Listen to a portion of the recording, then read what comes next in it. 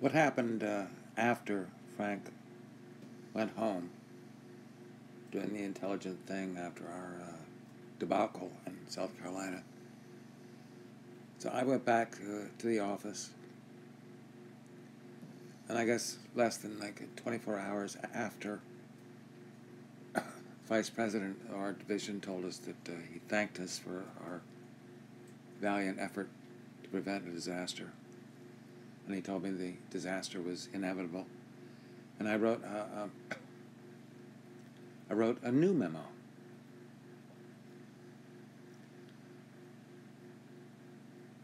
I said, what we have to do now is damage control. So I suggested that they create a new department of strategic major account marketing. And the mission of this organization was to qualify all the people who might be possibly recipients of this new release of software that we had all called the Big Bang. And they would determine if you were appropriate recipients for this product. And the idea was that we staffed it with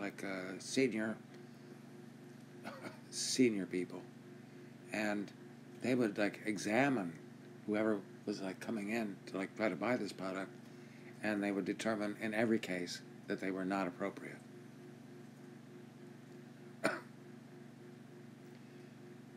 Because this was the only way to fend off the enormous lawsuits we were going to get. So I delivered this to the most senior of product management people, and he conveyed it to the vice president of our division. And lo and behold, within a week, the strategic major account marketing group had been established, and they never sold a single unit of this awful product. Now, at the same time, see, I was still hedging my bets. I had this long list of marketing communications products I was supposed to deliver.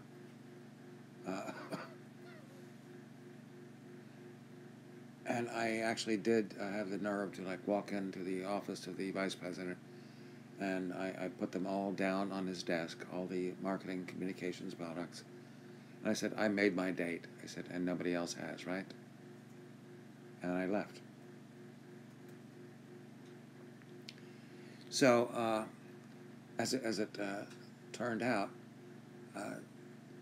the division was going to be closed because they couldn't sell this thing that they had never actually developed. And here am I. I had never actually even been promoted to the level of manager, and I was named to the committee. I'm serious. I was named to the committee that was going to report to the CEO about what we had learned from the Office Systems division experience. And so here I am, not even officially a manager, and I'm sitting on this committee with senior vice presidents, executive vice presidents from all over NCR, and we're supposed to figure out how to learn from the OSD experience. So, of course, being the smallest and scrawniest of the group, I was asked to write the RFP for consulting help, and I did. And for once, I went home, and I asked my dad. I said, "Okay, what would you do?" And he said, "Okay, there's this guy named Edward Jordan who invented a thing called structured programming, which was the idea that you can't have a whole bunch of idiots writing code at their own pace and their own way and their own language. You have to do it the same way. You have to have people who know what they're doing. So you have to understand patterns in the way code-specific behaviors emerge. And I said, Edward Jordan? And he said, yes. So I went and I looked up Edward Yordan, and my golly, he actually had a consulting firm in New York City. So when I talked to him, and he was like a two-person firm, and he was a little bit, well, let's say, okay, he was, that's right, he was a genius, structured programming. So I talked to his assistant, and I said, I would like you to respond to an RFP that I'm writing for NCR Corporation. They're trying to figure out how to learn from their experience with office systems. And what we need is a way to like go in and look at the actual environment, and we need like a structured programming approach to it. We want to figure out what it is that people are actually doing, and then we will figure out exactly how it is that we apply software to the problem. Because thanks to Frank, I had figured out that like it was no longer a hardware business, it was a software business, and we were going to like do it, right?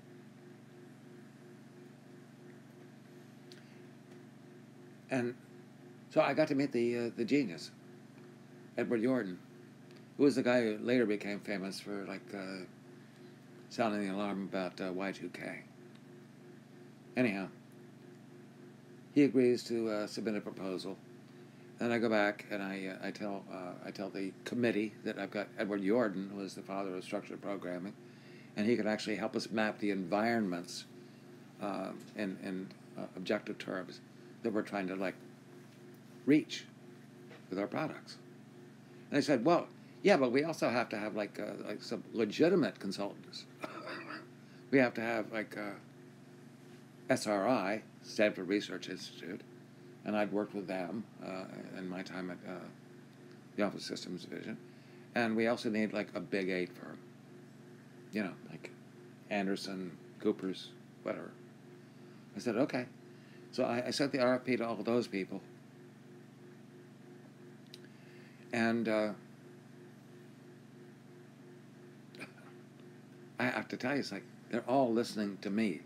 It's like, this guy who isn't even a manager, and they're all listening to me.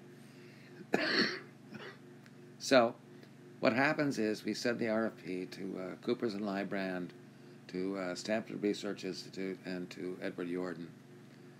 And I have to admit the Yordan proposal was like no good. He, he was just like a random genius. And SRI was the usual nonsense. And it's like, well, yeah, whatever you want, we'll do. It's like, okay. And then Cooper's Lybrand come in with this thing, like a 3-ring binder and 3 senior partners, all of them are like, yes, yes, yes. And so the contract is awarded to Coopers. And I'm thinking, I have lost big time.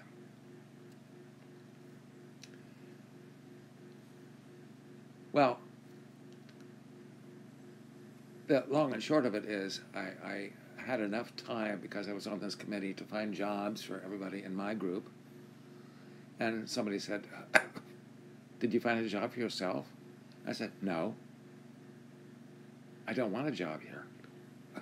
So I resigned. But I did go out for a drink with the Coopers and Lybrand folks, the 3 partners. They were all very smart, very cagey people. And I knew they had no idea what I was talking about. And I knew that the project was going to go nowhere. But they became the basis for my next career, which was with GM, about just-in-time manufacturing.